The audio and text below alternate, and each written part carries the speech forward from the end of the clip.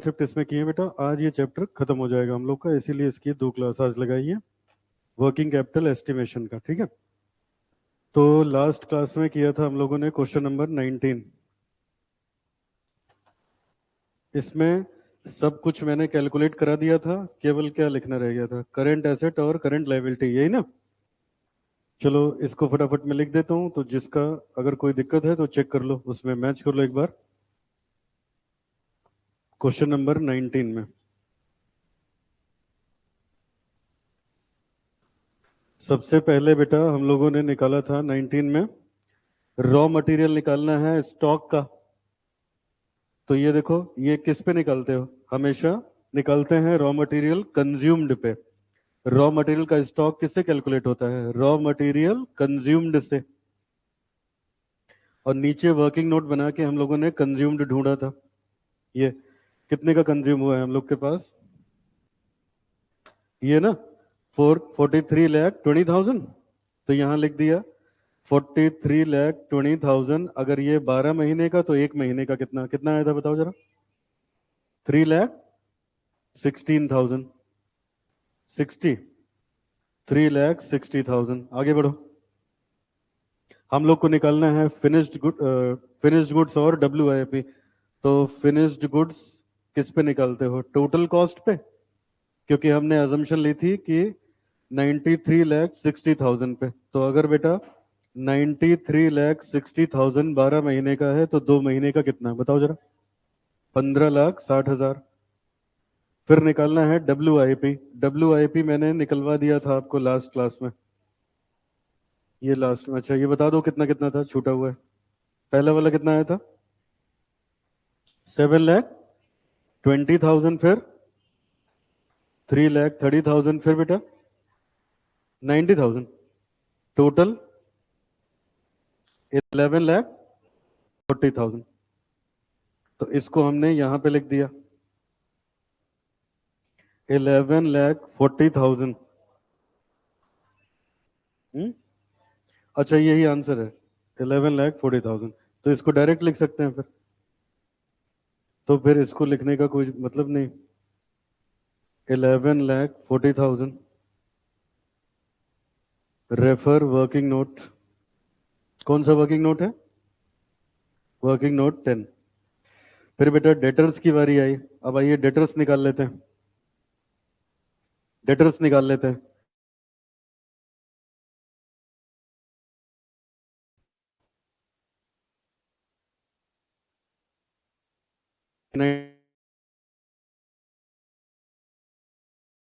हमें ये बता रखा है, सब बच्चे देखो, डेटर्स के लिए ये वाला पॉइंट था, sales are made to 3 zone.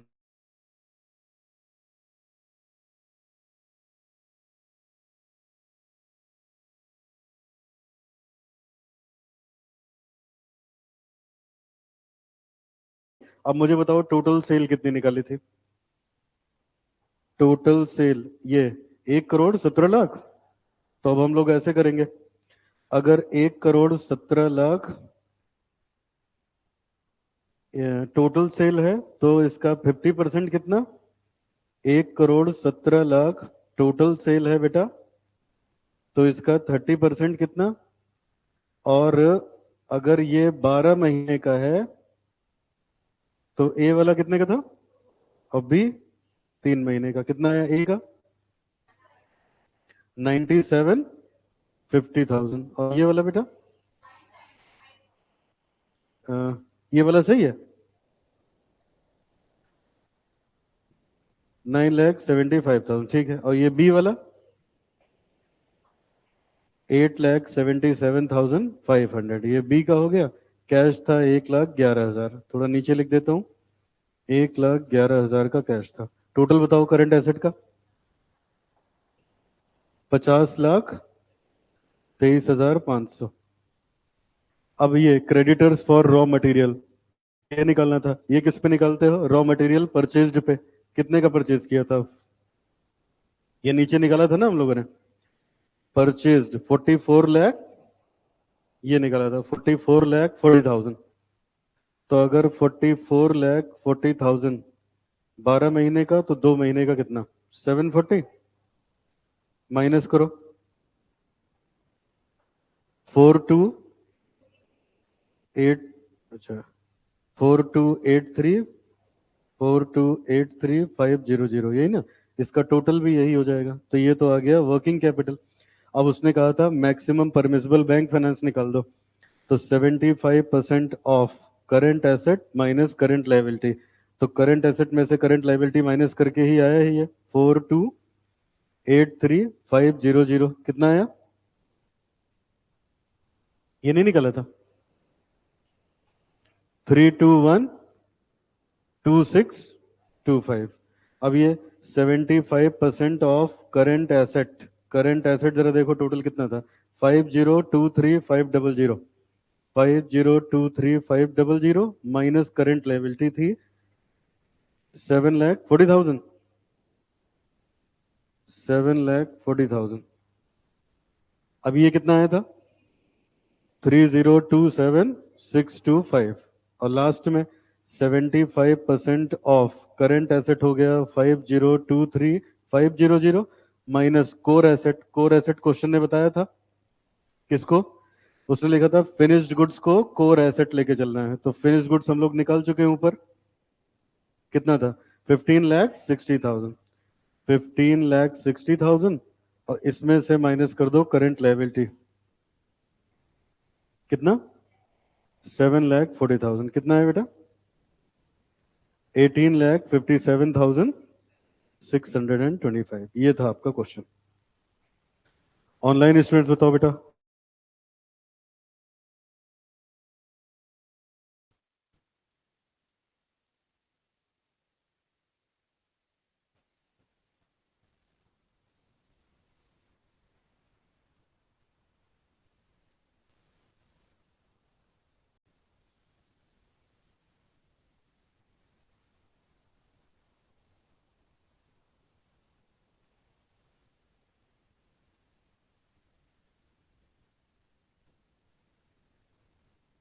Okay चलो सबका हो गया, ठीक है बेटा, अब चलो आज शुरू करते हैं, ये तो कल वाला क्वेश्चन हो गया, अब आज क्या हमें पढ़ना है, आइए देखिए कितने कंसेप्ट हो गए थे टोटल, 24। चलो आज हेडिंग लिखो कंसेप्ट नंबर 25, आज का लिखिए कंसेप्ट नंबर 25।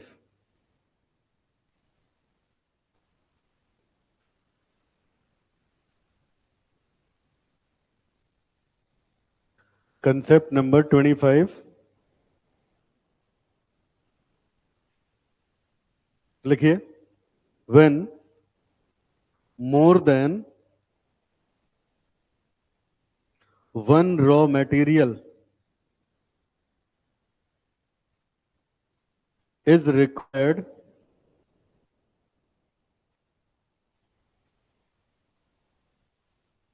to produce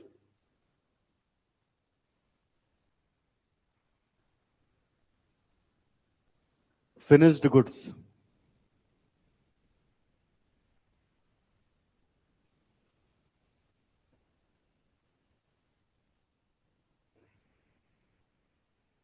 लिखिए, sometimes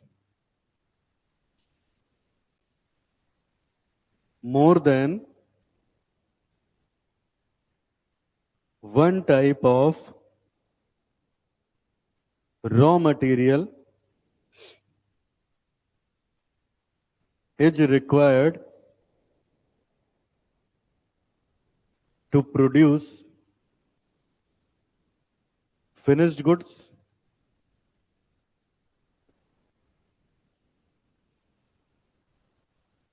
सेकेंड पॉइंट में लिखिए, in such case stock of raw material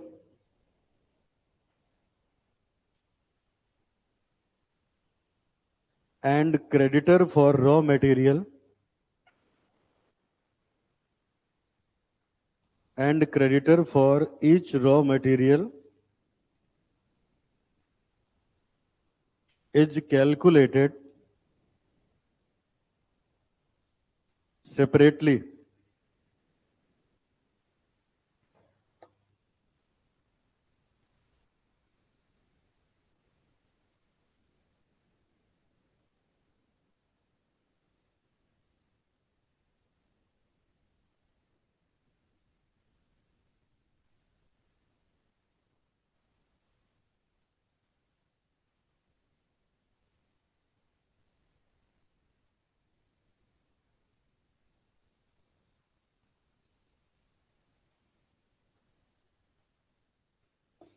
ठीक है बेटा।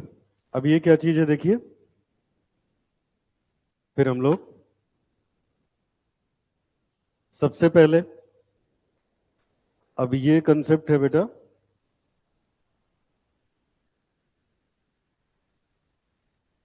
देखो अगर मान लो क्वेश्चन में ऐसे लिखा है, किसी एक फिनिश्ड गुड्स को बनाने के लिए तीन रॉ मटेरियल चाहिए, एक्स वाई और जेड, तीन रॉ मटेरियल चाहिए। मैं ये कंसेप्ट लेके चल रहा हूं, अब अपना दिमाग लगाओ।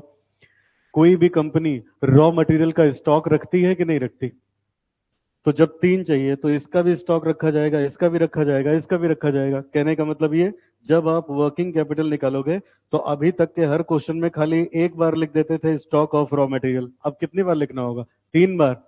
Stock of raw material X, stock of Y and stock of Z. और बेटा अगली बात ये है, जब तीन टाइप का मटेरियल खरीदते हो तो ये खरीदते होगे अपने सप्लायर से। और अगर मान लो सप्लायर 2 महीने का उधार देता है, तो 2 महीने का उधार बेटा वो इसके लिए भी देगा, इसके लिए भी देगा और इसके लिए भी देगा। तो क्रेडिटर भी हमें तीन बार निकालने पड़ेंगे, हर एक मटेरियल का अलग अलग। समझ आ गया? जब हमारा फिनिश गुड्स एक से ज्यादा रॉ मटेरियल से मिलके बनेगा तो हम लोग क्या करेंगे, स्टॉक ऑफ रॉ मटेरियल, जितने स्टॉक होंगे सबका अलग अलग निकालेंगे, क्रेडिटर फॉर रॉ मटेरियल भी सबका हम लोग अलग अलग कैलकुलेट करेंगे। बोलो समझ आई बात? होगा सब कुछ वैसे ही। तो 16 नंबर क्वेश्चन में बेटा ये बात आ रही है, आइए उसको सॉल्व करके देखते हैं ये कैसे डील होता है। क्वेश्चन नंबर 16,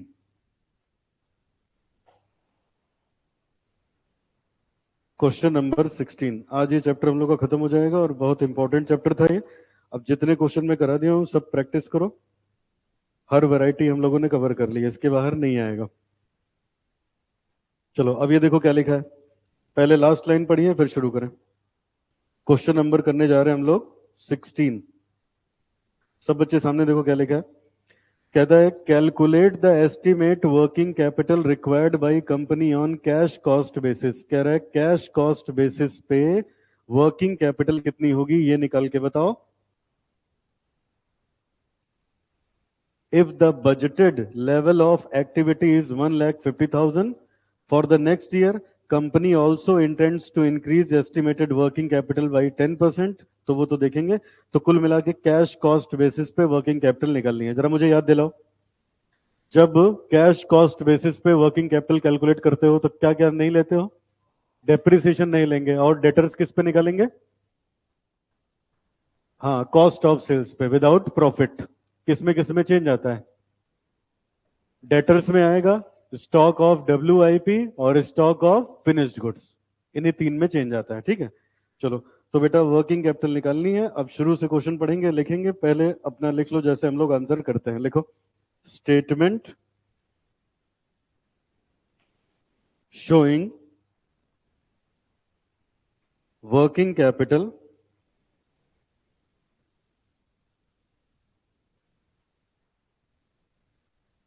रिक्वायरमेंट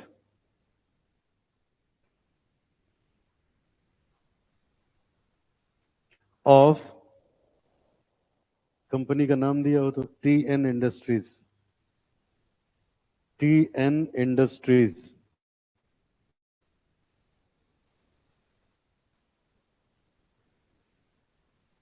ब्रैकेट में लिखेंगे ऑन कैश कॉस्ट बेसिस।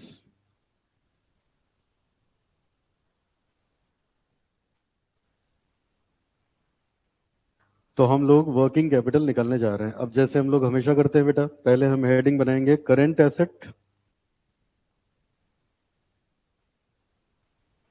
जो भी करंट एसेट्स होंगे वो लिखे जाएंगे। फिर करंट लायबिलिटी,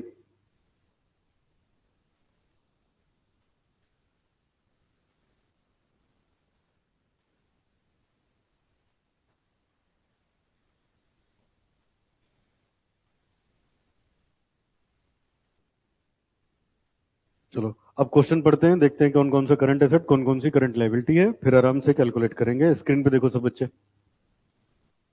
कह रहा है while applying for financing of working capital requirement to a commercial bank, TN Industries projected the following information for the next year। क्या क्या? रॉ मटेरियल इनके पास तीन है, एक्स वाई एंड जेड, तीन है। तो अब बताओ स्टॉक ऑफ रॉ मटेरियल कितने का निकलेगा? तीन का, एक्स वाई और जेड का। क्रेडिटर्स फॉर मटेरियल किसके निकलेंगे? कौन कौन सा? X Y and Z. अच्छा, और ये देखो यहाँ लिखा है, ये देखो, raw material purchased from different supplier. कह रहे हैं raw material purchase from different supplier. ये क्या करते हैं? एक्स किसी और से खरीदते हैं, वाई किसी और से, जेड किसी और से। जिससे एक्स खरीदते हैं वो 2 महीने का उधार देता है, वाई 1 महीने का, जेड 15 दिन का। ठीक है, तो ये तो समझ में आ गया कि इससे क्या पता चला बेटा? Creditors for raw material. क्या पता चला? इससे पता चला क्रेडिटर्स फॉर रॉ मटेरियल। ठीक है, और ये पढ़ो क्या लिखा है, X is required to be stored for 2 month. हमें एक्स का स्टॉक कितने दिन का चाहिए? 2 महीने का, बाकी दोनों का 1 महीने का। तो अब हम यहां पे लिख सकते हैं, आप भी लिखिए मेरे साथ, स्टॉक ऑफ रॉ मटेरियल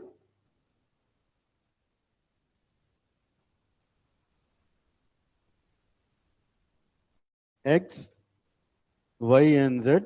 दो दो लाइन छोड़ के लिखना, कैलकुलेशन भी करनी है।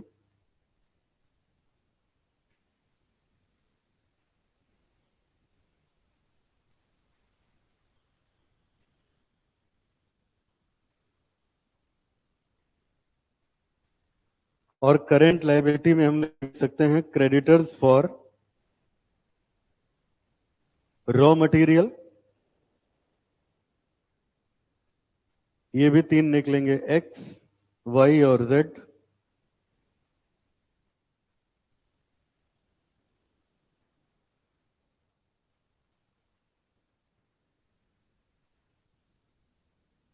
चलो आगे पढ़िए। तो इससे पता चल गया क्रेडिटर्स के बारे में। हाँ बताओ, एक्स पे कितने दिन का क्रेडिट पीरियड है बेटा? वाई पे और इस पे हाफ मंथ का। तो हम लोग ऐसे ना करें, इधर देखो, अभी जो निकलना होगा वो तो निकलेगा ही। हम कहेंगे अगर ये 12 महीने का है तो 2 महीने का कितना? अगर इस पे कर दें, अगर ये 12 महीने का है तो 1 महीने का कितना? और ये भी जो निकल के आएगा, अगर ये 12 महीने का है तो आधे महीने का कितना? जो कैलकुलेशन आएगी इसी में लिखते चले जाएंगे, दोबारा देखना नहीं पड़ेगा, याद रहेगा। सिमिलरली स्टॉक में, स्टॉक पे भी लिख सकते हो, जो भी ये कैलकुलेशन निकल के आएगी, अगर ये 12 महीने की, तो 2 महीने की कितनी? एक्स 2 महीने का रखा जाता है, और ये दोनों एक एक महीने के रखे जाते हैं।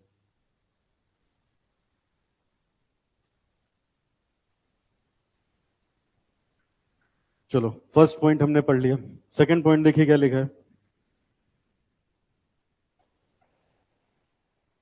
सेकंड पॉइंट पढ़ो, production cycle is half month. क्या इसका मतलब हुआ? हमारा गुड्स प्रोसेस में रहता है कितने दिन? ऐसा क्वेश्चन पिछली क्लास में कर चुके हैं। प्रोडक्शन साइकिल का मतलब WIP पीरियड, आधे महीने का WIP है। तो इस लाइन से हमें पता चल गया है कि we have stock of WIP। लिखो नीचे, स्टॉक ऑफ WIP जो भी निकल के आएगा, अगर वो 12 महीने का है तो आधे महीने का कितना? Stock of WIP। आगे बढ़िए, सी पॉइंट में एक्स इज, ये तो कर लिया। अब ये देखो डी पॉइंट में, finished goods held for 1 month. अच्छा, इसका मतलब फिनिश्ड गुड्स का भी स्टॉक रहता है। स्टॉक ऑफ फिनिश्ड गुड्स जो भी निकलेगा बेटा वो 12 महीने का होगा। तो जितना 1 महीने का होगा वो हमारे पास स्टॉक में रहता है। और ये देखो लिखा है आगे, credit allowed by debtors is 2 month.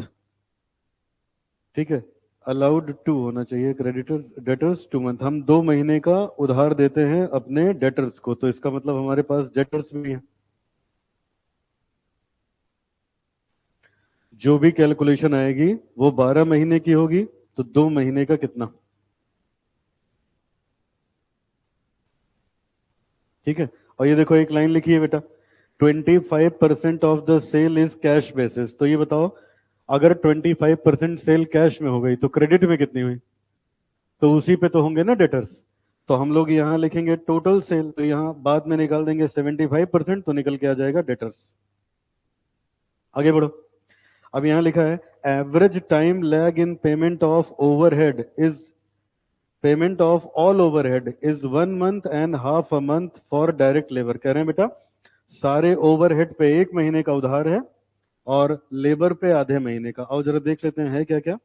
ये देखो, इस पे हाफ मंथ का है और सारे ओवरहेड पे 1 महीने का है। ठीक है, सारे पे एक, तो इस पे 1 महीने का हो गया और इस पे 1 महीने का। डिप्रिसिएशन पे थोड़ा ना उधार होगा, वो तो कैश बेसिस पे निकालना है, इसको तो हम कंसीडर ही नहीं करेंगे ना। तो अब यहां से ये पता चला, आ जाओ जरा लाइबिलिटी साइड में लिखो, आउटस्टैंडिंग वेजेस जो भी निकल के आएगी,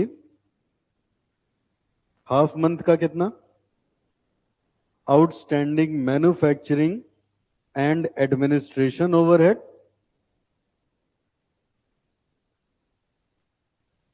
जो भी आएगा 1 महीने का कितना, outstanding selling and distribution overhead जो भी आएगा 1 महीने का कितना। इसका टोटल कर लेंगे तो आ जाएगा टोटल करंट लायबिलिटी, ऊपर आ जाएगा टोटल करंट एसेट। कैश भी है, अच्छा कैश भी है। कहाँ लिखा है लास्ट लाइन में? अच्छा 8 लाख का कैश भी है, तो कैश तो डायरेक्ट लिख दो, इसको निकालने की जरूरत है क्या है? अब आ जाएगा यहां से total current asset A, liability का टोटल करेंगे तो आ जाएगा total current liability B, working capital हो जाएगी A minus B, working capital हो जाएगी ए माइनस बी। और यहां लिखा है 10%, इसको बढ़ाना है, खैर चलो अब क्वेश्चन पढ़ेंगे तो देखा जाएगा। चलो ये सब हमने लिख लिया, अब आइए शुरू करते हैं। बताओ सबका यहां तक हो गया हो तो फिर कैलकुलेशन शुरू करें।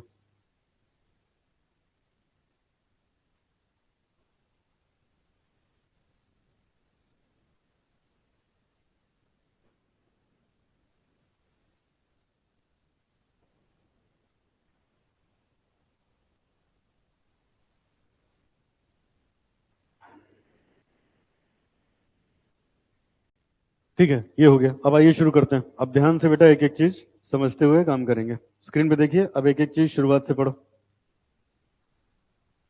सारा फॉर्मेट हमने बना लिया, अब बस पढ़ते जाना है, कैलकुलेट करके लिखते जाना है। देखो यहाँ क्या लिखा था, कोई टी एन इंडस्ट्रीज करके कंपनी है जिसने अपना कॉस्ट का डेटा ये हम लोग को दे रखा है। इनके पास एक मटेरियल की कॉस्ट है, मटेरियल है, लेबर है और ये सब ओवरहेड है, 3 कॉस्ट है। अब यहां से बताना शुरू किया उसने। सबसे पहले क्या लिखा है पढ़िए, कहता है बेटा, कहता है ये वाली लाइन पढ़ो, क्या लिखा था,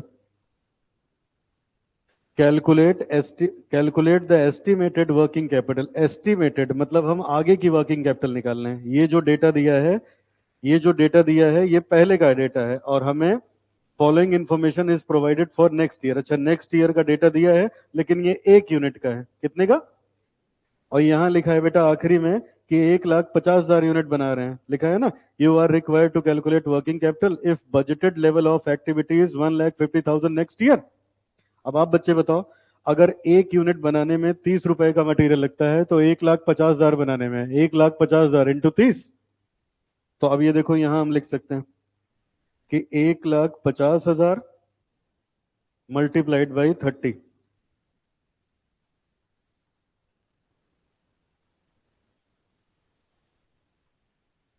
1,50,000 मल्टीप्लाइड बाई 30।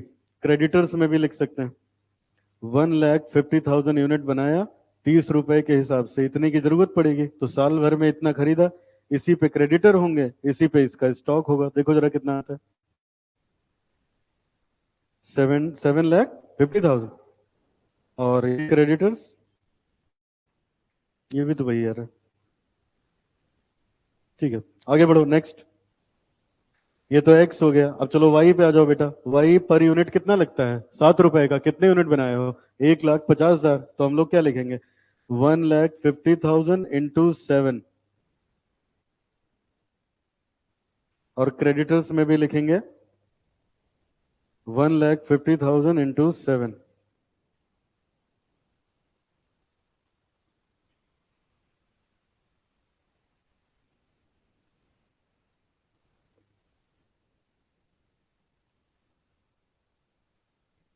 किसका बेटा? स्टॉक का? ए- अच्छा, क्रेडिटर का 87, तो वही उसका भी आएगा। सेम ही तो है, 87,500। अब आ जाओ जेड पे। देखो लिखा है जेड पर यूनिट 6 रुपए का है। एक यूनिट पे 6 रुपए, तो 1,50,000 रुपये इंटू 6। 1,50,000 इंटू 6 कितना बताओ? कौन सा? दोनों 75,000। 37,500। और ये भी आ गया भाई।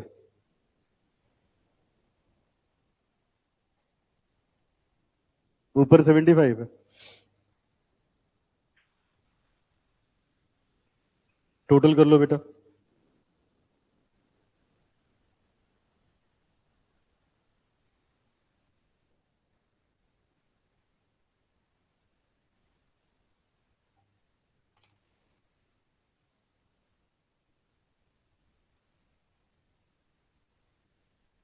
9 लाख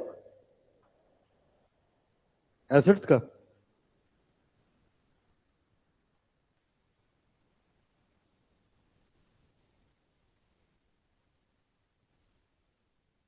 $9,12,500।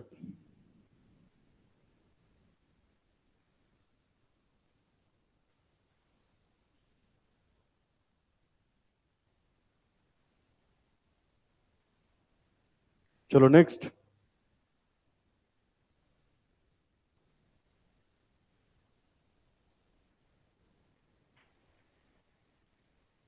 ठीक है, तो हमने ये क्रेडिटर वाला पॉइंट कर लिया, और हमने ये रख लिया कि X is required to be stored for 2 month, other material for 1 month. ये भी निकल के आ गया।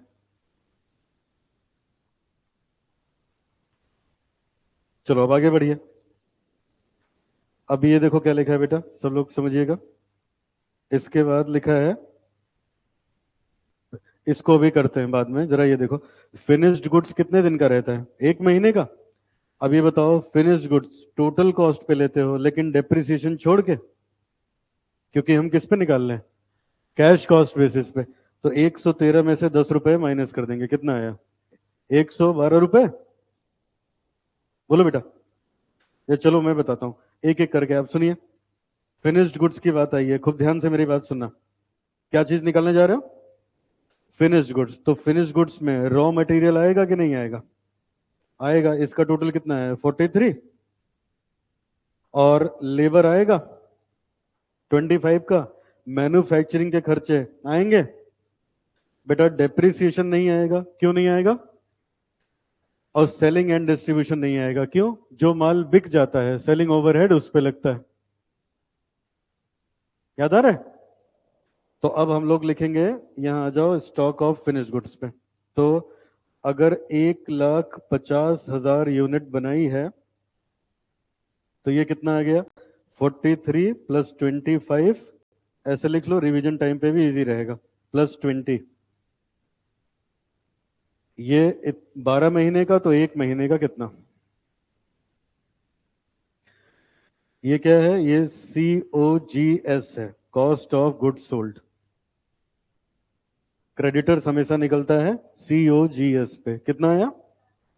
11 लाख। 11 लाख आ गया। ठीक है, आगे बढ़िए नेक्स्ट। और क्या लिखा है?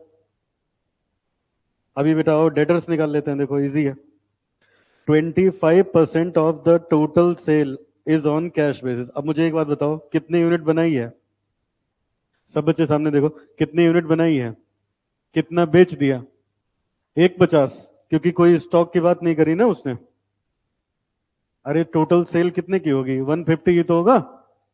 तो ये बताओ, तो हम ऐसे ना करें बेटा, 1,50,000, ये बताओ 1,50,000 यूनिट बेचे हो, कितने में बेचा होगा? 103 रुपए में। किसमें?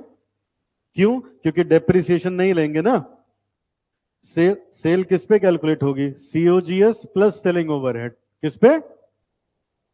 ठीक है, तो यहां से यहां तक ये तो था सीओजीएस, और इसी में क्या ऐड कर दोगे? सेलिंग ओवरहेड, इसी पे तो आएगा। ये टोटल सेल है, तो इसका जो 75% होगा वो क्या होगी? क्रेडिट सेल, और उसी पे क्या निकलेगा? डेडर्स। तो अब इसको मैं ऐसे लिख रहा हूं, 1,50,000 इंटू 103, और यहां लिख दिया समझने के लिए COGS प्लस सेलिंग ओवरहेड।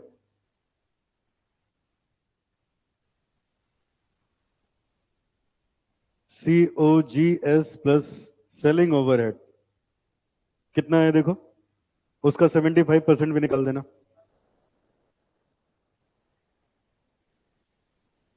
1931। चलो ये आ गया। अब बचा WIP।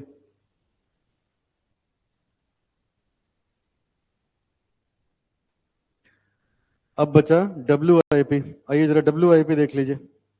अब देखो ये WIP में क्या लिखा है।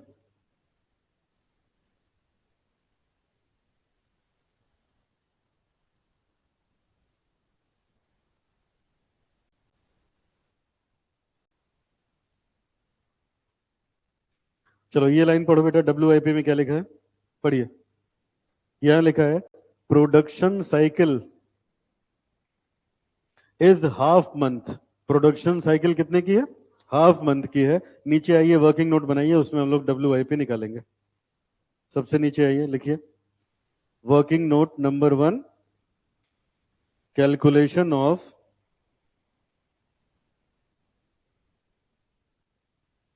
WIP। Calculation of WIP।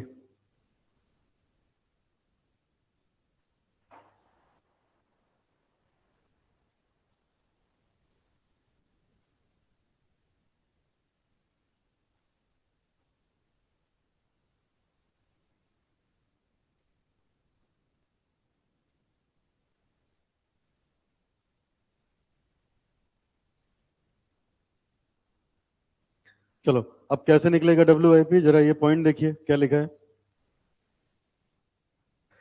बेटा। ये यही पॉइंट है जिसके लिए मैं क्वेश्चन करा रहा हूं, इसलिए एकदम ध्यान से, बिना किसी जल्दबाजी के देखो क्या लिखा है, तसल्ली से बिल्कुल। ये नया पॉइंट है, आपके पास पहली बार ऐसा पॉइंट आ रहा है। पढ़ो क्या लिखा है। Production cycle is half a month. ठीक है, प्रोडक्शन साइकिल कितने का है? हाफ अ मंथ का है। ठीक है। अच्छा, अब इस और क्या लिखा है मुझे बताओ। WIP किस किस चीज से? WIP का मतलब क्या हुआ? Work in progress. Work in progress किससे मिलके बनेगा? एक तो मटेरियल से, एक मटेरियल से, दूसरा लेबर से मिलके बनेगा, और मैन्युफैक्चरिंग ओवरहेड। यही तीन चीज तो आती है, मटेरियल, लेबर और ओवरहेड। तो पहले ऐसे लिख दो, यहां पे लिखिए रॉ मटेरियल,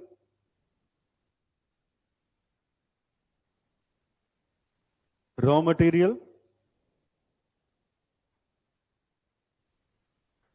फिर रॉ मटेरियल तीन टाइप के हैं, X, Y और Z। फिर डायरेक्ट वेजेस,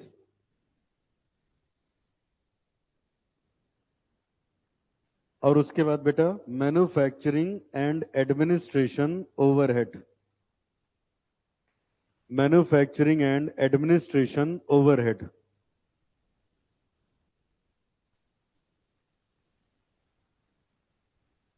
ठीक है। चलो अब देखो क्या क्या लिखा है, पढ़िए सब बच्चे, देखो क्या लिखा है। Production cycle is half a month. Half month की प्रोडक्शन साइकिल है, ठीक है। हाफ मंथ की प्रोडक्शन साइकिल है, तो मेरी बात सुनो, ये हाफ मंथ तो हमने पहले ही लिख रखा है, इसकी आवश्यकता थोड़ी ना है। ये देखो, जब हमने ये लिखा है तो यहाँ 0.5 से मल्टीप्लाई किया है, यही तो है ना हाफ मंथ, तो इसका तो कोई मतलब नहीं है। और आगे देखो क्या लिखा है, production process requires full unit of X and Y in the beginning. Production process में फुल यूनिट लगती है एक्स और वाई की। कब लगती है बेटा? इन द बिगिनिंग में, बिगिनिंग लिखा है ना। अच्छा, of production z is required only to the extent of half unit in the beginning and the remaining half unit is needed at uniform rate during production process। ये क्या लिखा है? अब बहुत ध्यान से मेरी बात सुनेंगे, क्या इसका मतलब है। ये कह रहे हैं, फिर से बेटा यही मतलब, एक तो यही मेन पॉइंट था जिसके लिए मैं क्वेश्चन करा रहा था, दूसरा इसमें नए कई तरह के मटेरियल हैं। पढ़ो ये लाइन फिर से, क्या लिखा है, production cycle is half a month. Production cycle कितने की है? हाफ मंथ की है। तो देखो हम तो ऐसे करेंगे भाई कि देखो 1,50,000 यूनिट बनाई है, एक यूनिट निकाल लें WIP कितने का है, तो 12 महीने का इतना, तो आधे महीने का कितना। तो हमारा पूरा फोकस किस पे है? एक यूनिट WIP बनने में कितना पैसा लगता है, हम उसको कैसे निकाल लें। यहां तक ठीक है? अब लगाओ दिमाग, सोचो। अब हमने पढ़ा WIP तीन चीजों से मिलके बनता है, कौन कौन सा बताओ। नंबर एक मेटीरियल, नंबर दो लेबर, नंबर तीन फैक्ट्री ओवरहेड, केवल फैक्ट्री। चलो अब क्या लिखा है, production process requires full unit of X and Y in the beginning. जब प्रोडक्शन प्रोसेस किया जाता है तो एक्स और वाई कब चाहिए होता है बेटा? इन द बिगिनिंग चाहिए होता है। अच्छा आगे पढ़िए, इन the beginning, in the beginning. अब आगे पढ़ो, Z is required only to the extent of half unit in the beginning। Z की जरूरत कितनी होती है? आधी शुरुआत में, and remaining half unit is needed at uniform rate during production process। एक बार और रिपीट करते हैं, क्या बोला मैंने। जब ये अपना प्रोडक्शन करते हैं तो क्या होता है, एक्स और वाई की जरूरत कब पड़ती है? शुरुआत में। फिर जेड की जरूरत कब पड़ती है? थोड़ा सा शुरुआत में, और बाकी जो आधा बचा वो आधा ड्यूरिंग द प्रोडक्शन प्रोसेस। अब इसका मतलब क्या हुआ, सुनो। इसका मतलब ये हुआ, देखो इधर, जब हम कोई एक यूनिट बनाते हैं तो 30 रुपए का मटेरियल एक्स लगता है, तो ये शुरुआत में पूरा लग जाएगा। 7 रुपए का ये पूरा लग जाएगा। 6 रुपए का आधा 3 रुपए शुरुआत में लगेगा, और बाकी 3 रुपए आगे लगेगा ना। अब इसका क्या मतलब हुआ, अभी मैं लिखने जा रहा हूं तो समझ में आएगा, लिखो मेरे साथ साथ। एक्स 30 रुपए का, ये 7 कितना था, 7 था ना, और ये वाला 6 रुपए का 50%।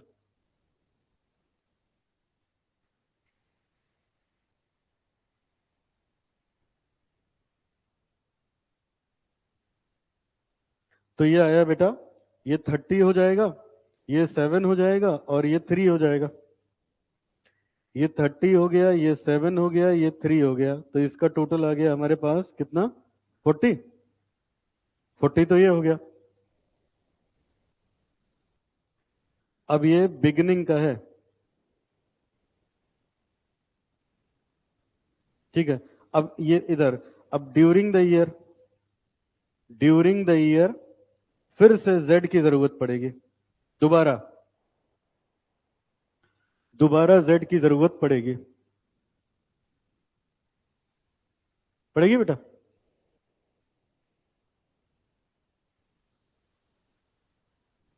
अच्छा अब बताओ, जेड लगता कितने का है? 6 रुपए का। शुरुआत में कितना लग गया, बचा कितना? तो अब वो कैसे लगता है, यूनिफॉर्म बेसिस पे। कैसे बेटा? यूनिफॉर्म बेसिस का मतलब ये हुआ कि थोड़ा थोड़ा हमेशा लगता रहता है, समझ आए। तो अब आपके पास यहाँ पे दो चॉइसेस हैं, क्या, या तो आप 3 रुपए लिख दो, या तो आप 3 रुपए लिख दो, या तो, क्योंकि क्वेश्चन में साफ साफ ऐसे लिखा है बेटा, ये वाली लाइन फिर से देखना, कह रहा है the remaining half unit is needed eight uniform rate during the production process. कह रहे हैं प्रोडक्शन प्रोसेस में धीरे धीरे वो यूनिफॉर्मली लगता रहता है, यूनिफॉर्मली लगता रहता है। जैसे बेटा इधर देखो मेरी तरफ, जैसे बताओ कोई मकान बन रहा है, कोई मकान बन रहा है, तो उसमें बताओ सीमेंट ईंट जैसे जैसे मकान बनता जाता है वैसे वैसे लगता जाता है ना। ऐसे थोड़ा ना होता है कि शुरुआत में ही सब एक साथ लग गया, समझ आ रहा है। कुछ चीजें शुरुआत में लगती हैं, कुछ धीरे धीरे लगती रहती हैं। तो जो जो धीरे धीरे जितनी जरूरत पड़ी उतनी आ गई, उतनी लग गई। तो वो क्या हो रहा है, 6 रुपए का टोटल लगता है, 3 रुपए का तो शुरुआत में लग गया, बाकी जो 3 रुपए बचा उसको वो कह रहा है यूनिफॉर्म बेसिस पे लगता रहता है। तो यूनिफॉर्म का मतलब 3 रुपए इकट्ठा नहीं लगता, 3 रुपए इकट्ठा नहीं लगता। तो अब हम इसके दो ऑल्टरनेटिव सोल्यूशन है। एक, आप 3 रुपए लिख के क्वेश्चन लगा दो। एक, 1 रुपए 50 पैसे लिखो। कितना लिखे, उसका एवरेज। वो धीरे धीरे लगता है ना, इकट्ठा थोड़े ना 3 रुपए का लगेगा। नहीं समझ में आया? ये बताओ, इधर मेरी तरफ देखो, मटेरियल जेड कितने का लगता है, 6 रुपए का। तो जब बेटा पूरा लग जाए, अब क्या निकाल रहे हो, WIP की फिनिश गुड्स। तो WIP में जरूरी थोड़े ना है पूरा लग जाएगा, WIP तो प्रोसेस में रहता है ना, तो धीरे धीरे लगेगा ना। जब हम फिनिश गुड्स निकालेंगे तो पूरा 6 रुपए ले लेंगे। जो शुरुआत में 3 रुपए का लगता है वो लिया जाएगा, जो धीरे धीरे लगता रहता है धीरे धीरे, क्योंकि WIP तो हमारा 15 दिन का ही होता है ना, हाफ अ मंथ का कुछ ऐसे लिखा था ना। तो क्या होगा, उस 3 रुपए का भी क्या किया जाएगा, आधा किया जाएगा। फिर से बताऊं क्या है इसमें, बेटा कितने टाइप के मटेरियल लग रहे हैं, 3 टाइप के। तो अब बताओ, कुछ मटेरियल क्या होते हैं शुरुआत में लगते हैं, एक्स और वाई शुरुआत में लग जाता है। फिर क्या लिखा है, जेड, थोड़ा शुरुआत में, थोड़ा क्या होगा, यूनिफॉर्मली धीरे धीरे लगता रहता है। और हम तो फिनिश गुड्स पढ़ तो रहे नहीं है, हम क्या पढ़ रहे हैं, WIP। तो दो अप्रोचेस हैं, आपकी मर्जी, आप चाहे 3 रुपए से लगा दो, या आप चाहे आप ऐसे लगाएं कि जब वो यूनिफॉर्मली लग रहा है तो 3 रुपए तो उसके फिनिश होने तक लगेगा ना। हम तो WIP निकाल रहे हैं, तो WIP तक कितना लगा होगा कैसे निकालें। तो जब यूनिफॉर्मली लग रहा है तो हम लोग क्या मान के चलते हैं, जब क्वेश्चन में कुछ नहीं लिखा होता, मटेरियल 100%, लेबर ओवरहेड 50-50% मान के चलते हो। तो ये भी तो यूनिफॉर्मली लग रहा है, तो इस पे भी क्या लगेगा, 50%। समझ में आया लॉजिक? तो अब बेटा इसलिए यहां पे हम लोग करेंगे 3 रुपए का 50% ऑफ ₹3, 1.50। इसके बाद वेजेस, उसके बाद मैन्युफैक्चरिंग ओवरहेड।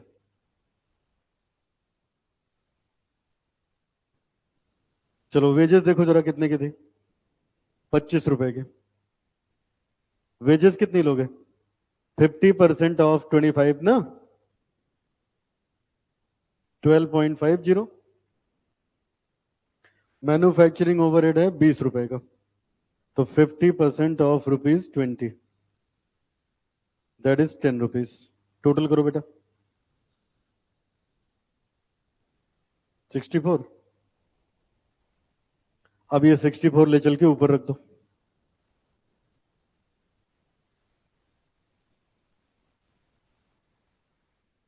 और निकाल लीजिए WIP कितना, 4 लाख।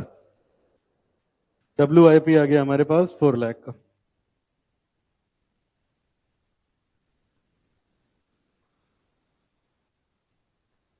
तो अब सब कुछ मिल गया है, एसेट साइड का टोटल कर लो। तो टोटल ऑफ करंट एसेट कितना बेटा,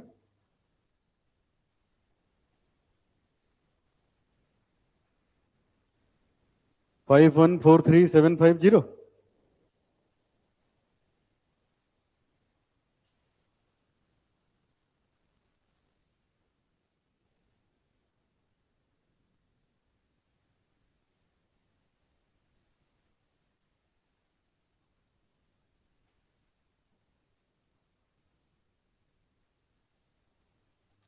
लाइबिलिटीज निकल गई थी ऑलमोस्ट।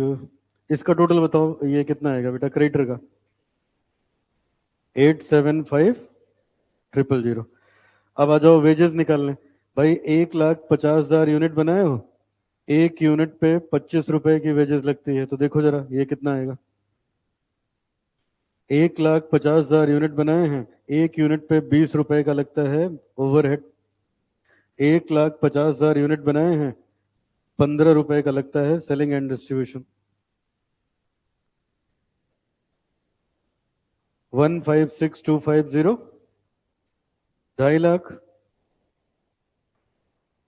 187,500 तो 14,68,750 36,75,000। अब बेटा क्वेश्चन में लिखा है इसको 10% बढ़ाने के लिए। सब बच्चे देख लो कहाँ लिखा है, मैं जरा बता दूं। ये देखो लिखा है the company also intends to increase estimated working capital by 10% for contingencies. तो इसको 10% बढ़ा लो। प्रोविजन फॉर कंटिजेंसी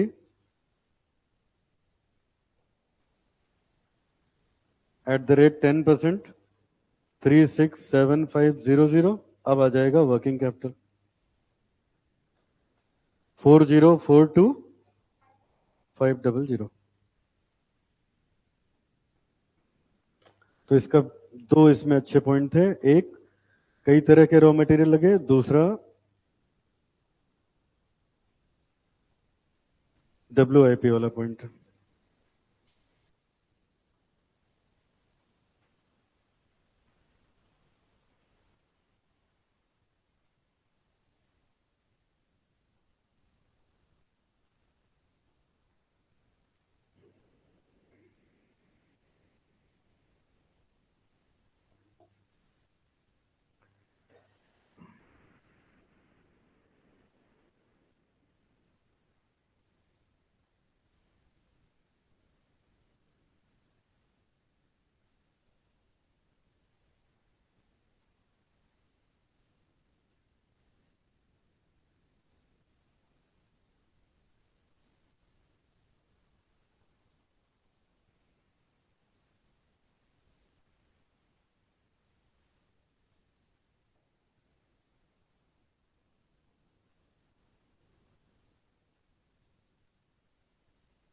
हो गया।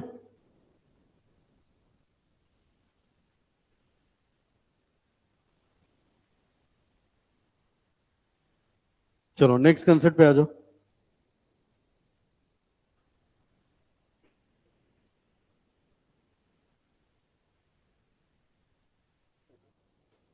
अब आ जाओ कंसेप्ट नंबर 26 पे।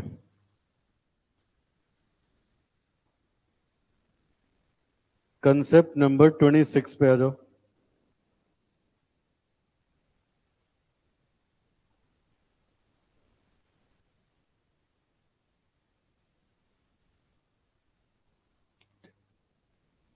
चलो अब देखो बेटा, कई बार ऐसे होता है कि एक क्वेश्चन एक बार एग्जाम में आया कि वर्किंग कैपिटल बनाने के लिए हमें बैलेंस शीट और प्रॉफिट एंड लॉस अकाउंट बनाना है।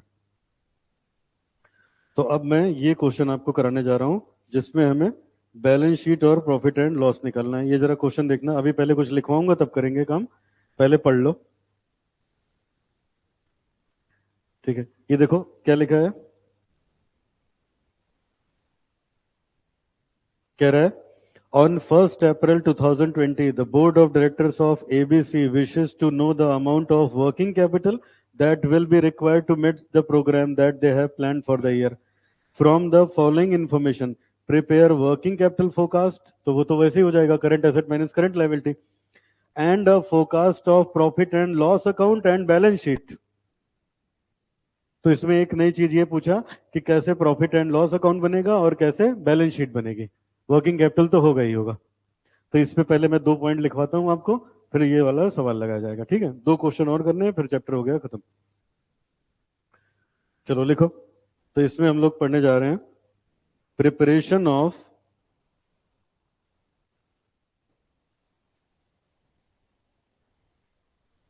Balance sheet for working capital requirement.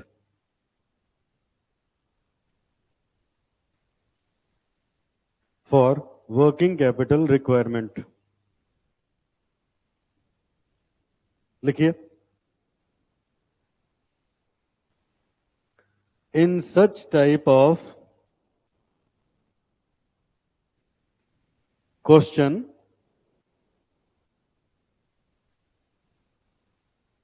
we will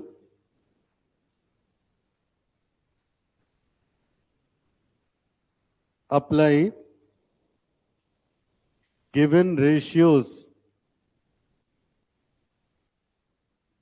to prepare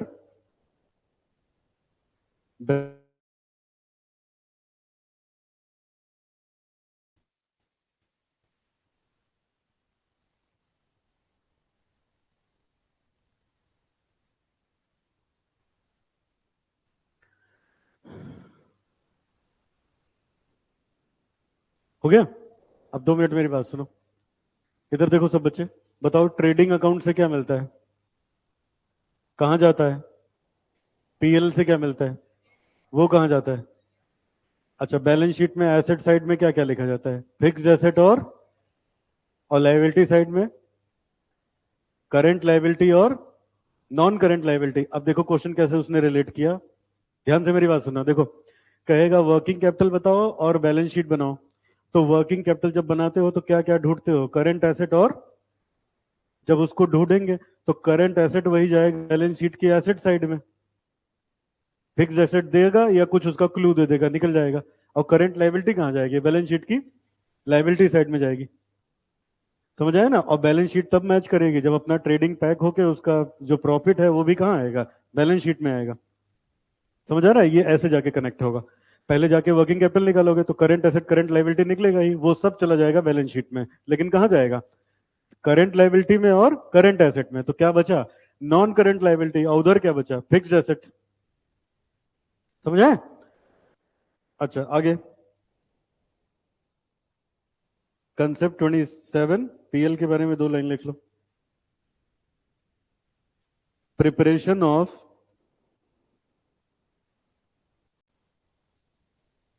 profit and loss account for working capital estimation.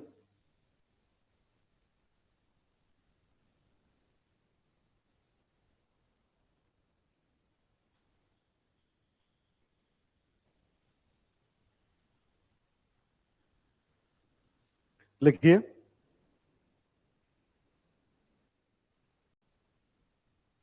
In such type of question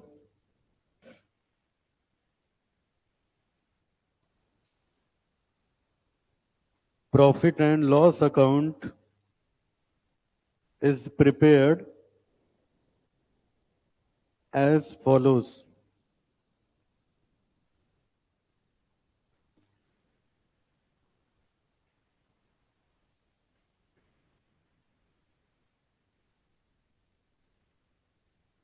profit and loss account. कौन सा subject पढ़ रहे हो बेटा? Accounts पढ़ रहे हो? तो अकाउंट्स की तरह नहीं बनेगा ना। हमने आपको चैप्टर की शुरुआत में बताया था कि पीएल यहाँ पे जब लिखा जाएगा तो पीएल कई तरीके से बनता है, क्योंकि जितनी जानकारी दी जाएगी उतने से ही हम लोग को बनाना होगा। तो जनरली क्या क्या हो सकता है, ऑलरेडी मैंने कई बार कराया है। यहाँ लिखेंगे 2, रॉ मटेरियल कंज्यूम्ड। अब ये बताओ, रॉ मटेरियल कंज्यूम्ड का क्या मतलब हुआ? Opening plus purchases minus closing. इसका मतलब ना ओपनिंग लिखा जाएगा, ना परचेज लिखी जाएगी, ना क्लोजिंग लिखा जाएगा। ये सब हो गया ना। फिर 2, डायरेक्ट वेजेस।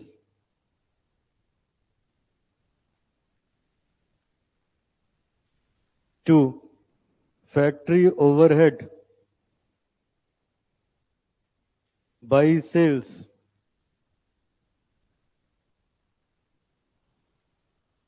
अब इसका जो डिफरेंस आएगा वो होगा ग्रॉस प्रॉफिट। मैंने ये एज्यूम करके बनवाया है कि अपने पास WIP और फिनिश गुड्स का स्टॉक नहीं है। अभी लिखवा दूंगा नीचे।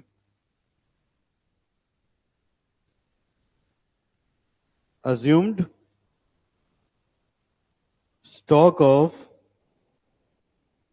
WIP and finished goods is nil। ये मानते हुए पीएल बन रहा है कि WIP और फिनिश्ड गुड्स का स्टॉक है ही नहीं। तो रॉ मटेरियल है, लिख लिया। जब कंज्यूम्ड लिख दिया तो सब आ गया। अब ये जो जीपी आएगा वो आगे ट्रांसफर होगा, फिर माइनस करेंगे इनडायरेक्ट एक्सपेंसेस, जैसे कि कोई इंटरेस्ट वगैरह है अगर तो, आ जाएगा नेट प्रॉफिट। पीएल आप लोग अच्छी तरह जानते हो कैसे बनता है, इसमें मैंने बस इतना बताने का प्रयास किया है जो इस क्वेश्चन के लिए रेलेवेंट है।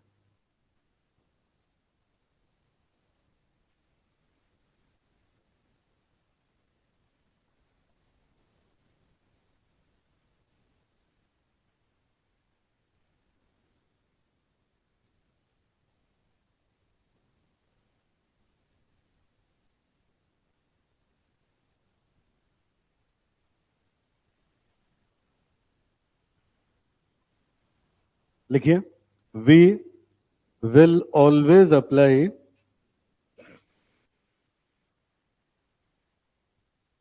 total approach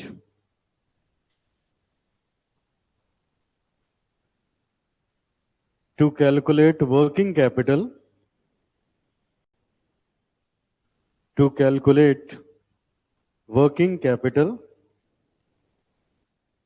in such type of question।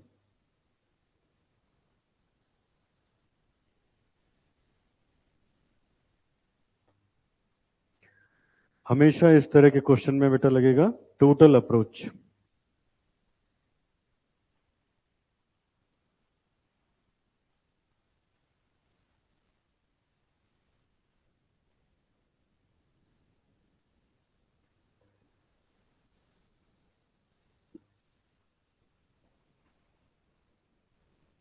Done. चलो अगर इसको लिख लिया है तो अब आ जाओ क्वेश्चन 21 पे।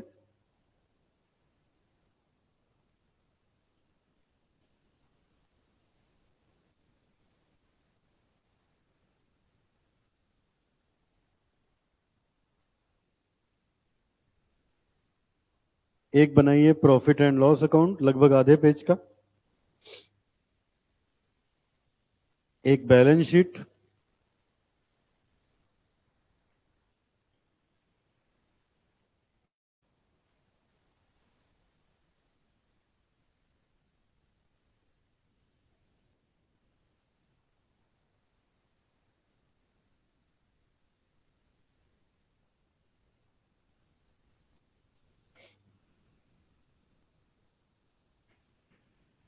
एक बैलेंस शीट,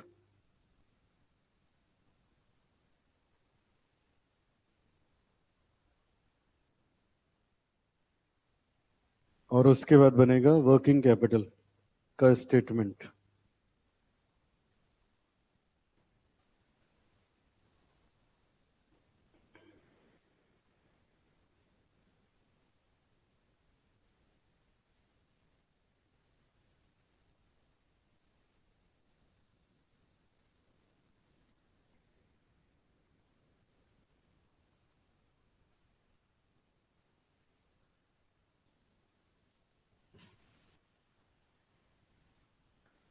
अब इसके बाद बनाएंगे स्टेटमेंट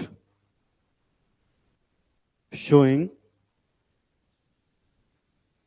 working capital requirement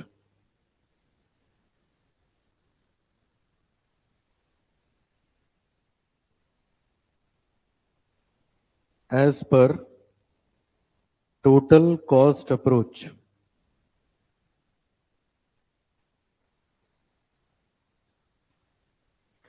सबसे पहले करंट एसेट्स,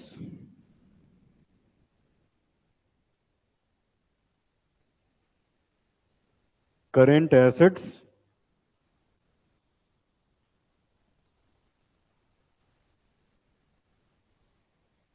करंट लायबिलिटीज,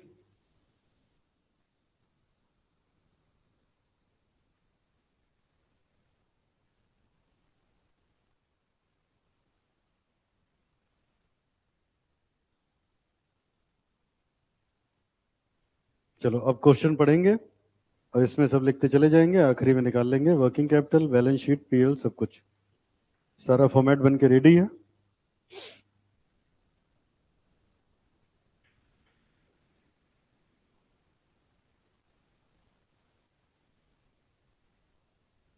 क्योंकि 4 बार क्वेश्चन पढ़ेंगे नहीं हम लोग, एक बार पढ़ेंगे, जो चीज जहां जहां जानी चाहिए वहां वहां भेज देंगे। अब आइए सब बच्चे देखिए, तो शुरुआत में तो ये सब लिखा था, अब आइए यहां से पढ़ते हैं। शुरू करें बेटा। चलो सब बच्चे बताओ, इशूड शेयर कैपिटल फटाफट बताओ कहां जाएगा? बैलेंस शीट में लिखो जल्दी से, 6 लाख। इशूड शेयर कैपिटल, अच्छा ईपीएल, इशूड शेयर कैपिटल कितना था बेटा? 6 लाख। चलो आगे बढ़ो। अब लिखा है बेटा, ये हो गया 10% डिवेंचर है इनके पास 1 लाख के, फटाफट बताओ कहां जाएगा? बैलेंस शीट में 10% डिवेंचर,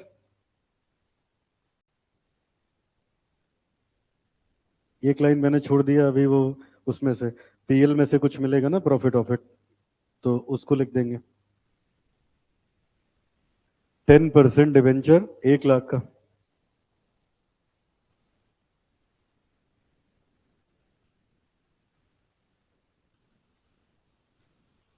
आगे बढ़ो। फिक्स्ड एसेट दिया है 4.5 लाख का, बैलेंस शीट में लिखिए फिक्स्ड एसेट 4,50,000। फिक्स्ड एसेट ही उसने दे दिया, तो इसका मतलब जो बचेगा वो करंट एसेट ही बचेगा।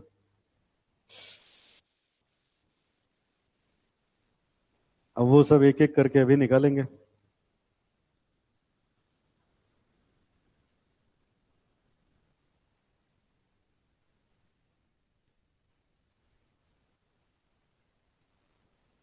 और इधर जो बचेगा वो करंट लायबिलिटी होगा।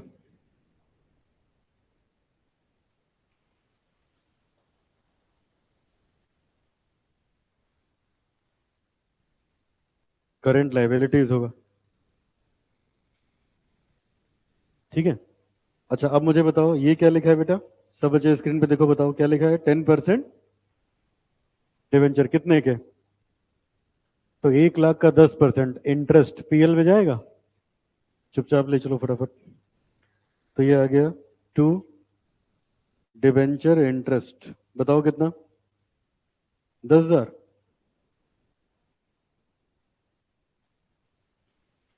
मेंशन कर दिया 1 लाख का 10%। अभी फिक्स एसेट तो है, उसका डेप्रिसिएशन दिखेगा तो लगा देंगे, अभी जो है उतना लिख दिया, नहीं होगा नहीं लगाएंगे।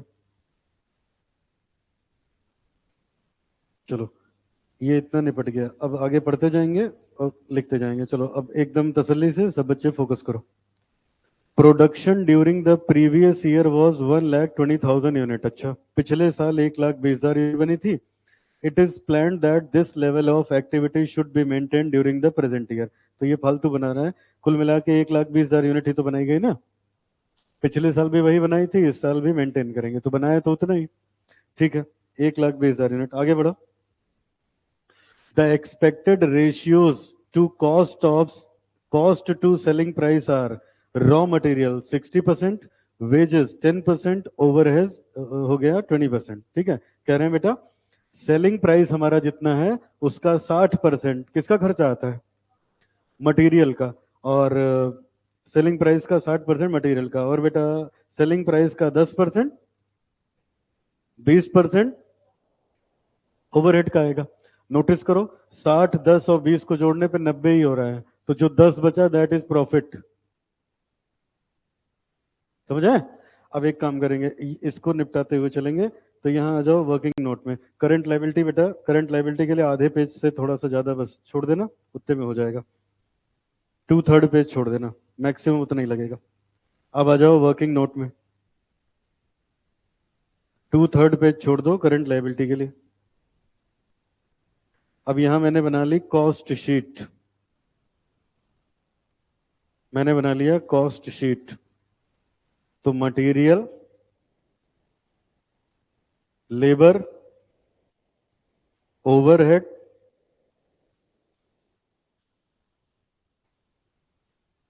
Profit, selling price. अगर सेलिंग प्राइस 100% है तो मटेरियल 60%, लेबर था 10%, ओवरहेड था 20%, और बैलेंसिंग फिगर हो गया प्रॉफिट 10%।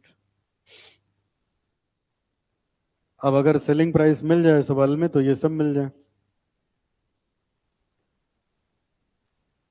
दिया है कितना? ₹5 दिया है बेटा। कहाँ बता रहे हो? सेकंड लास्ट में, ये बेटा एकदम आखिरी में दिया है। सेलिंग प्राइस ₹5 का इन लोगों ने निकाल दिया। तो ₹5 का 60%, ₹3 का लेबर और 50 पैसे का हो गया, ₹3 का मटेरियल, 50 पैसे का लेबर, ₹1 का हो गया हम लोग का ओवरहेड है। तो अब उसमें से ये माइनस करोगे तो आ जाएगा प्रॉफिट। 3 1 4 4.5, कितना आ गया? 50 पैसे। 50 पैसे पर यूनिट का इनका प्रॉफिट है। 50 पैसे पर यूनिट का प्रॉफिट है।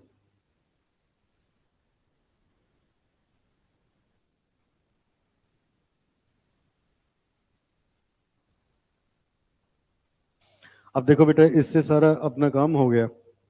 अब देखो इधर, देखो मेरी तरफ। अभी क्या लिखा था शुरुआत में? पिछले साल 1,20,000 बनाई थी, इस साल फिर 1,20,000 बनाएंगे। तो 1,20,000 इंटू 3, इतने का मटेरियल लगाओगे। 1,20,000 इंटू 50 पैसा, इतने का वेजेस लगेगा। वो सब ट्रेडिंग पीएल में जाता जाएगा और नीचे भी निकलता जाएगा सब। समझ आ रहा है?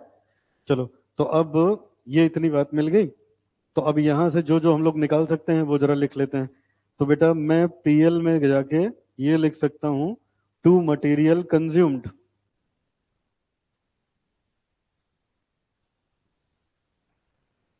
1,20,000 into 3, 3,60,000। To direct wages, 1,20,000 into 0.5, 60,000। To overhead, 1,20,000 into 1, तो ये हो गया 12,000, नहीं 1,20। और फिर मैं लिख सकता हूं बाई सेल्स, 1,20,000 इंटू 5, 6,00,000। क्रेडिट का टोटल आया 6,00,000। डेबिट वाला माइनस कर दें तो आ जाएगा ग्रॉस प्रॉफिट। बैलेंसिंग फिगर,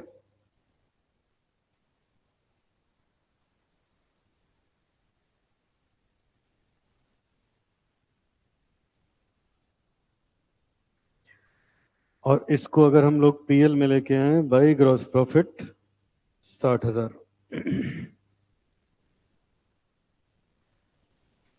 अब अभी क्वेश्चन पढ़ेंगे, अगर डेप्रिसिएशन वगैरह हुआ तो हुआ, नहीं हुआ तो 50,000 का प्रॉफिट आ जाएगा।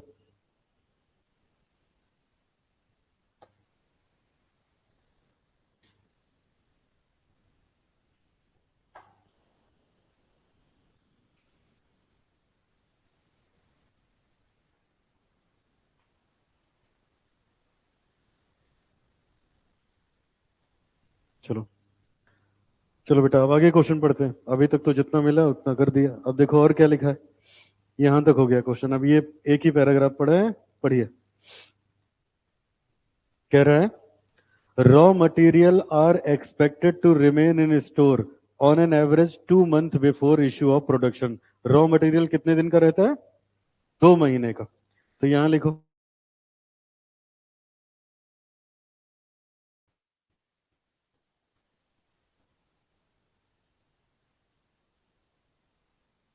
बेटा हम पूरा निकाल सकते हैं। 1,20,000 यूनिट बनाई साल भर में, ₹3 का मटेरियल लगता है 12 महीने में, तो 2 महीने का जितना उतना पड़ा रहता है।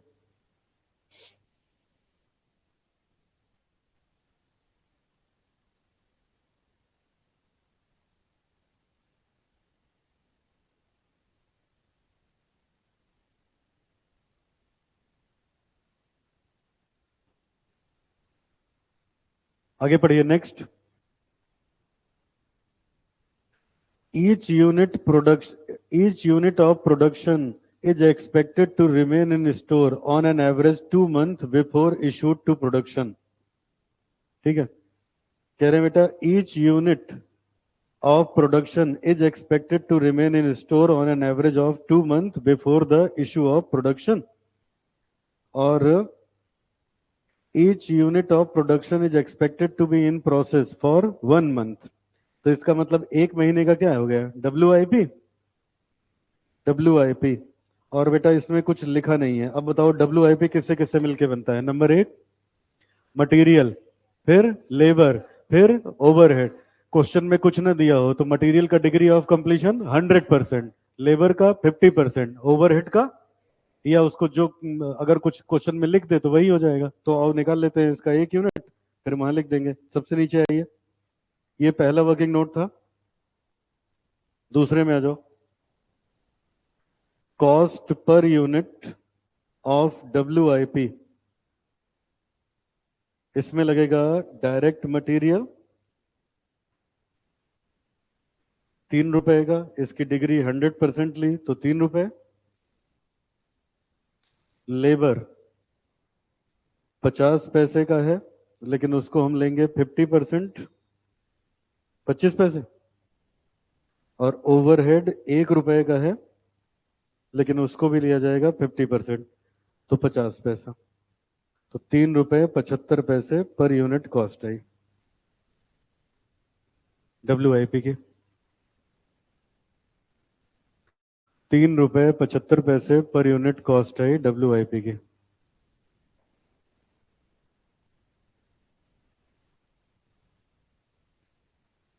हो गया? चलो अब यहां आ जाओ। अब लिखो स्टॉक ऑफ WIP 1,20,000 यूनिट बनाया हमने, इंटू 3.75। अगर ये 12 महीने का है तो 1 महीने का कितना? 37,500। 37,500।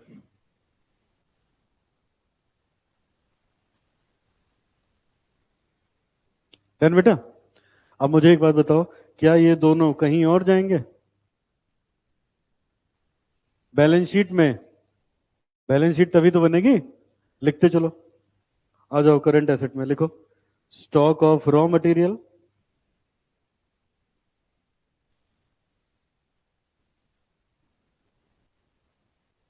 स्टॉक ऑफ W, यही तो खास बात है इसमें।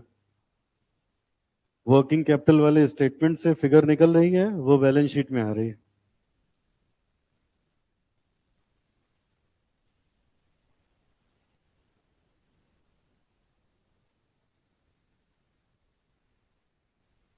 चलो आगे बढ़ो।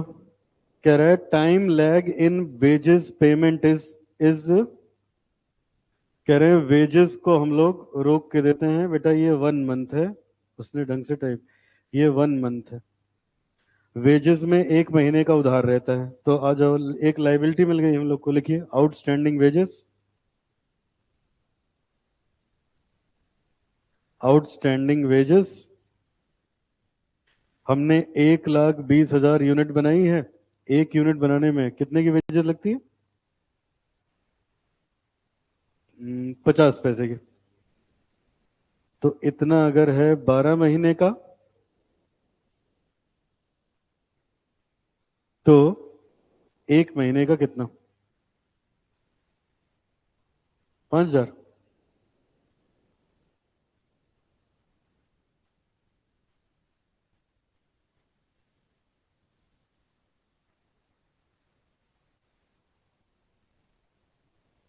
आगे बढ़ो बेटा। creditors allowed sorry credit allowed by creditor is 2 month from the date of delivery of raw material। Raw material पे कितने दिन का उधार मिलता है? 2 महीने का। तो यहां लिखिए creditors for raw material. Creditors for raw material 1,20,000 unit हमने बनाई। 1 यूनिट को बनाने में 3 रुपए का मटेरियल लगता है, तो 3,60,000 का मटेरियल 12 महीने में हम लोग खरीदते हैं, तो 2 महीने का जितने में होता होगा उतना उधार है, 60,000। ये दोनों आइटम और कहाँ जाएगी? ले चलो, आउटस्टैंडिंग वेजेस और creditor for raw material. Outstanding wages कितना था बेटा? 5,000। Creditor for raw material 1660। चलो ये भी हो गया। और पढ़िए क्वेश्चन में क्या लिखा है। आगे लिखा बेटा, credit given to debtors is 3 month from the date of dispatch. 3 महीने का हम लोग उधार देते हैं। आ जाओ, इसका मतलब डेटर्स हैं, करेंट एसेट्स में आ जाइए, लिखिए डेटर्स,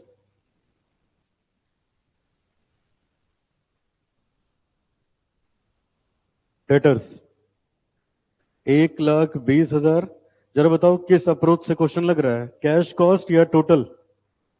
टोटल का मतलब 5 रुपए पे डेटर निकालेंगे ना, सेलिंग प्राइस 5 रुपए है, तो 1,20,000 यूनिट बेचते हो और 5 रुपए की एक यूनिट है, तो 6 लाख का माल बिकता है साल भर में, तो 3 महीने का उधार पड़ा रहता है। कितना? 1,50,000। बैलेंस शीट में भी लिख लो, डेटर्स 1,50,000।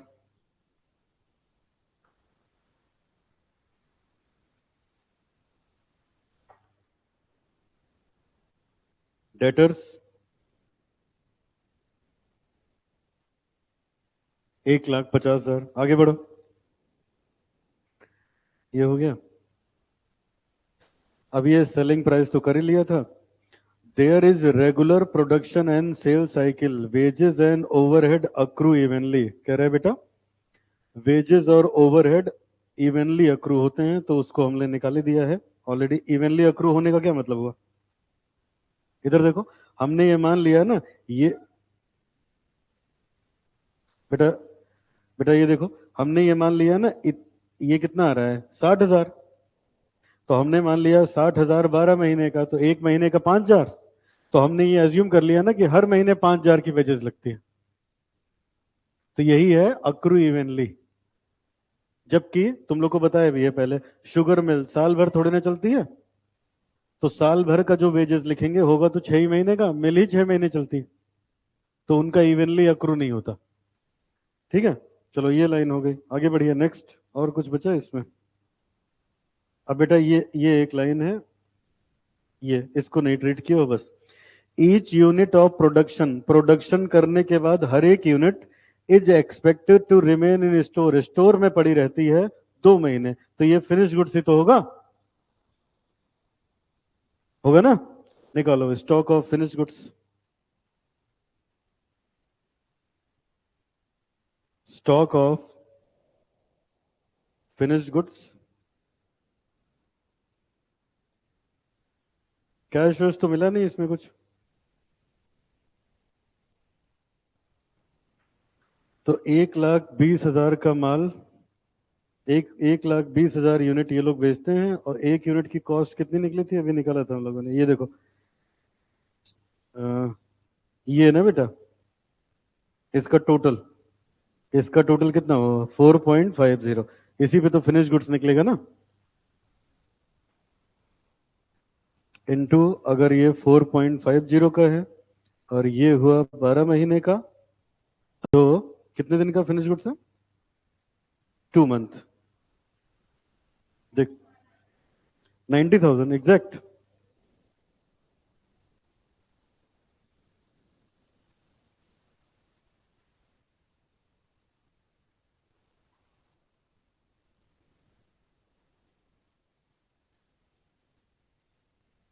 बेटा ये 3 मंथ है, इसको ठीक करो, गलत लिखा है उसने, ये 3 मंथ है, फिनिश गुड्स वाला 3 मंथ है।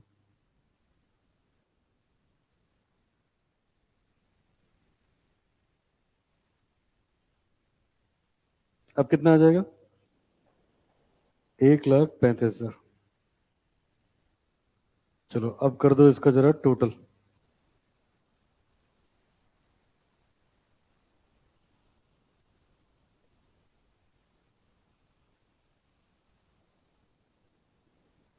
टोटल करंट कितना बेटा? 382500।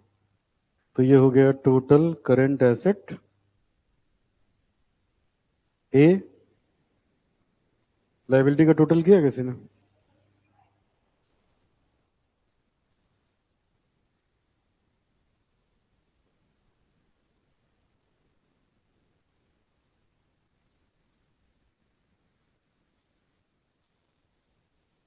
Total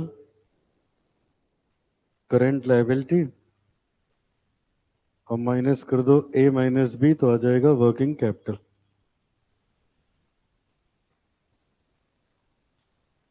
three lakh 17,500।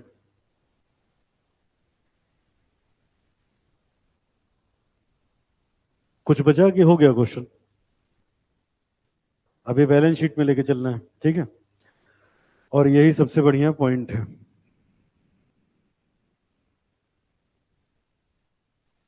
ले चले बैलेंस शीट में, क्या क्या नहीं गया है। लाइबिलिटी तो मुझे लगता है पूरी चली गई है। डेटर और फिनिश गुड्स शायद रह गए। डेटर्स भी हो गया, फिनिश गुड्स रह गए। खाली लिखो स्टॉक ऑफ फिनिश गुड्स, और खुद से बैलेंस शीट मत पैक करना, रुक जाओ मेरे साथ साथ काम करना। स्टॉक ऑफ फिनिश गुड्स कितना निकाला था? 1,35,000। चलो एसेट साइड का टोटल करो, कोई खुद से काम नहीं करेगा, अब रुक जाओ, अब एक बढ़िया पॉइंट आने वाला है। बताओ एसेट साइड का टोटल करो। 8,32,500। अच्छा नोटिस करो, क्वेश्चन खत्म हो गया, कहीं डेप्रिसिएशन नहीं मिला, तो हम पीएल पैक कर सकते हैं? कर सकते हैं ना? आ जाओ जरा पीएल पैक करो। तो ये हो गया 60,000 में से 10,000 गया तो ये आ गया 50,000 to net profit balancing figure.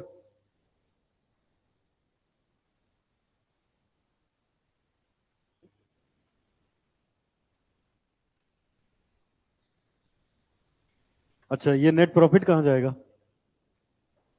Liability side में प्रॉफिट एंड लॉस करके लिख लो। प्रॉफिट एंड लॉस अकाउंट कितना है? 50,000।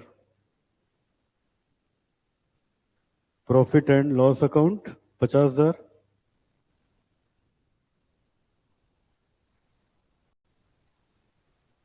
चलो अब देखो, अब एसेट साइड का टोटल बता दिया था, अब लाइबिलिटी का टोटल करो, और ये मैच करेगा नहीं। नहीं कर रहा है ना? यही बेटा सबसे बढ़िया पॉइंट है। ठीक है बताऊं अब कितने का डिफरेंस आ रहा है, बता दो जरा। 17,500 का। अब 2 मिनट रुक जाओ, तसल्ली से मेरी बात सुन लो, फिर आगे बढ़ा जाए। ठीक है, एसेट साइड का टोटल मिल गया, लायबिलिटी मैच कर नहीं रहा है, तो अब जो समस्या है बेटा, जो 17,500 ये बैलेंसिंग फिगर आ रहा है, ये कुछ ना कुछ लिखना पड़ेगा, क्योंकि इसने रेशियो एनालिसिस भी इसमें लगा दिया ना। जैसे रेशियो एनालिसिस में जो दिया जाएगा वही तो लिखेंगे हम लोग। ठीक है, अब बताओ कौन सा चैप्टर पढ़ रहे हो? वर्किंग कैपिटल क्या होती है? करंट एसेट माइनस, तो इसको पक्का हम लोग कोई करंट लायबिलिटी मानेंगे। समझ में? अब बेटर होगा बैंक ओवरड्राफ्ट ले लो, क्रेडिटर पहले से लिखा है, आउटस्टैंडिंग खर्चे पहले से लिखे हैं, तो और बचा क्या, कोई ओवरड्राफ्ट ले लो। ठीक है, तो यहां मैंने लिखा बैंक ओडी, कुछ भी मान सकते हो, मैंने ऐसे एक बता दिया इन जनरल। ये हो गया बैंक ओवरड्राफ्ट, ये हो गया बैंक ओवरड्राफ्ट, ये इसका एक बेस्ट पॉइंट था। ठीक है, क्वेश्चन लग गया कि कुछ रह गया? बोलो। नहीं लगा बेटा, एक लायबिलिटी बढ़ी तो वर्किंग कैपिटल चेंज हो जाएगी। अभी जो वर्किंग कैपिटल निकली है वो खाली 2 लायबिलिटी पे निकली है, बोलो। अब तीसरी आ गई, अब फिर नीचे 2 लाइन लिखोगे कि क्योंकि बैलेंसिंग फिगर हमने क्या माना है, बैंक ओवरड्राफ्ट, उसको भी कंसीडर करें तो there is revise working capital. समझ आया? ये था अच्छा पॉइंट इस क्वेश्चन का। चलो अब निकालो फिर से नीचे वर्किंग कैपिटल दोबारा से। अब मतलब पूरा नहीं बनाएंगे, अब वर्किंग कैपिटल तो निकली है, उसी में बस उतना घटा देंगे। ठीक है, अब लिखो इसी के नीचे दोबारा से लिखिए, since as per balance sheet balancing figure in the liability side is bank overdraft, bracket में लिखना we assumed, so revised working capital will be 317,500 में से माइनस कर दो बैंक ओडी। कितना बैंक ओडी आया था बेटा? 17,500। देखो कितना है, 3 लाख पूरा पूरा। This is your working capital, पूरा नंबर अब जाके मिलेगा। मतलब 2 बार वर्किंग कैपिटल निकलेगी, एक हमने निकाल लिया, एक जाके बैलेंस शीट से कनेक्ट हुआ।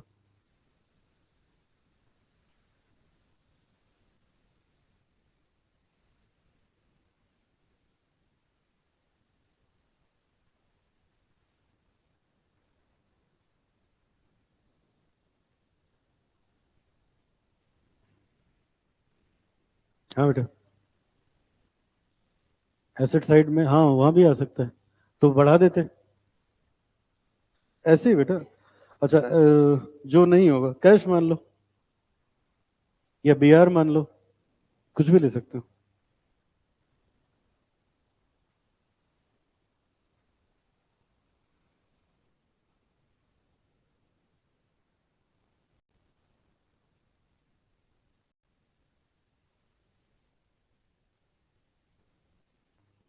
तो ये था बेटा क्वेश्चन।